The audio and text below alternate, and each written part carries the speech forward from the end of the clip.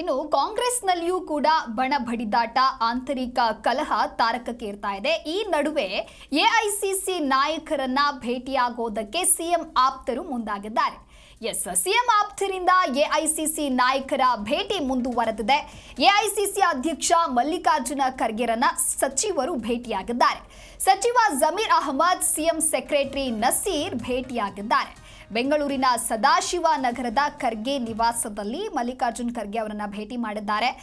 ಖರ್ಗೆ ಜೊತೆಗೆ ರಾಜಕೀಯ ವಿದ್ಯಮಾನಗಳ ಕುರಿತಂತೆ ಚರ್ಚೆಯನ್ನ ಮಾಡಲಾಗಿದೆ. ಒಬ್ಬೊಬ್ಬರಾಗಿಯೇ ಖರ್ಗೆಯನ್ನ ಭೇಟಿ ಮಾಡ್ತಾ ಇದ್ದಾರೆ ಸಿಎಂ ಆಪ್ತರು.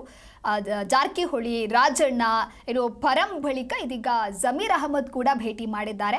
ಹಾಗಾಗಿ ಜಮೀರ್ ಮತ್ತು ಸಿಎಂ ಸೆಕ್ರೆಟರಿ ನಸೀರ್ ಮಲ್ಲಿಕಾರ್ಜುನ್ ಖರ್ಗೆ ಅವರನ್ನ ಭೇಟಿಯಾಗಿರೋದು ಇದೀಗ ಸಾಕಷ್ಟು ಕುತೂಹಲವನ್ನ ಕೆರಳಿಸ್ತಾ ಇದೆ. ಜಿ ಕನ್ನಡ ನ್ಯೂಸ್ ಈಗ ನಿಮ್ಮ ಮನೆಯಲ್ಲೇ ನೋಡಿ. ಎಲ್ಲ ಕೇಬಲ್ಗಳಲ್ಲಿ ಈಗ ಲಭ್ಯ.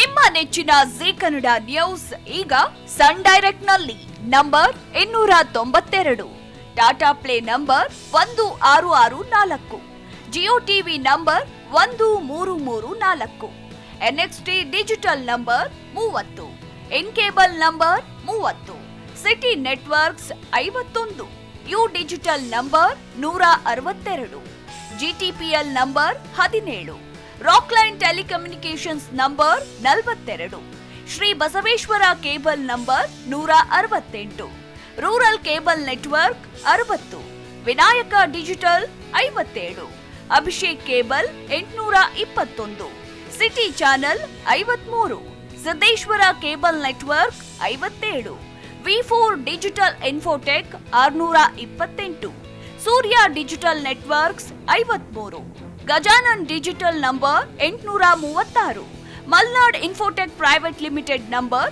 56, Metro Cast number 830, Victory digital number 167ರಲ್ಲಿ ನೋಡಿ ಆನಂದಿಸಿ.